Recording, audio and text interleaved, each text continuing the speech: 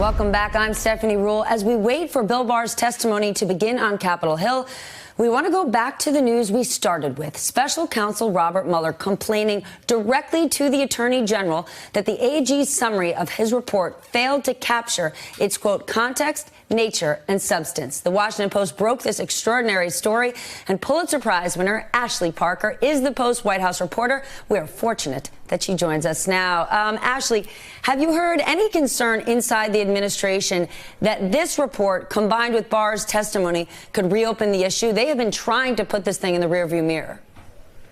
Well, in general, originally the White House aides, advisors believed that the full Mueller report was less of a big deal, that it would contain, of course, embarrassing and unflattering details for the president.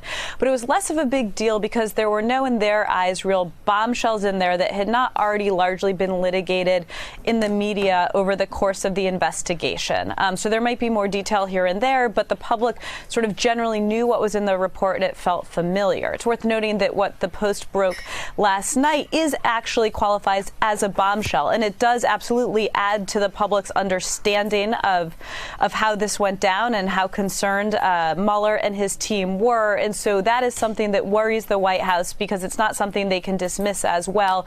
You already knew this. You already read about this in the Washington Post 2 or 3 months ago. This is new information.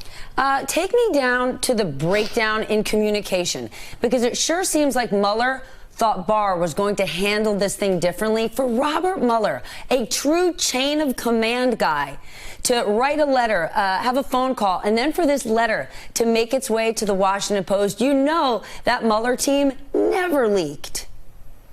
Well, that is what is so striking. That team, despite all of our best efforts, you're right, was remarkably tight-lipped for the entire course of the investigation. And then as soon as Barr filed that first summary, that 4-page summary, we finally began hearing sort of little grumblings about that Mueller's team was not particularly happy, that they had found some of the information in the report to be far more alarming and troubling than they believed Barr had sort of accurately conveyed in that summary. So that was the first sign, just the mere fact that it made it out into the press, that they were really frustrated. And then, of course, this letter leaking is another sign that Mueller's team, and Mueller himself, now we know, was very unhappy and very worried about Barr's summary. And frankly, if you look, Mueller apparently said when he spoke with Barr that there was nothing inaccurate about the summary, but really in the way that that summary allowed it to be portrayed in the media and add to public confusion. And if there was one thing that Mueller wanted,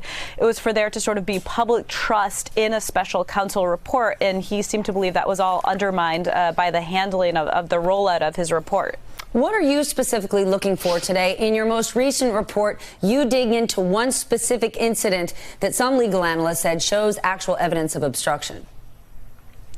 That's right. So Mueller's team, he laid out 10 instances of possible obstruction, and basically he declined to make a recommendation because of a Justice Department rule that a sitting president cannot be indicted. But there was a lot of consternation that when Barr looked at these incidents, that he didn't seem to find them as alarming and troubling as Mueller's team. And so I specifically looked into one, which was the president calling Corey Lewandowski, former campaign manager, former or current loyalist and devotee, but who is no longer in the government, and basically directing him at one point to fire then Attorney General Sessions, and at another point telling him to take dictation and order Sessions to give a speech essentially ending the Mueller investigation. And this, of those 10 incidents, legal experts and people on Mueller's team believed was probably the best evidence of possible obstruction of justice.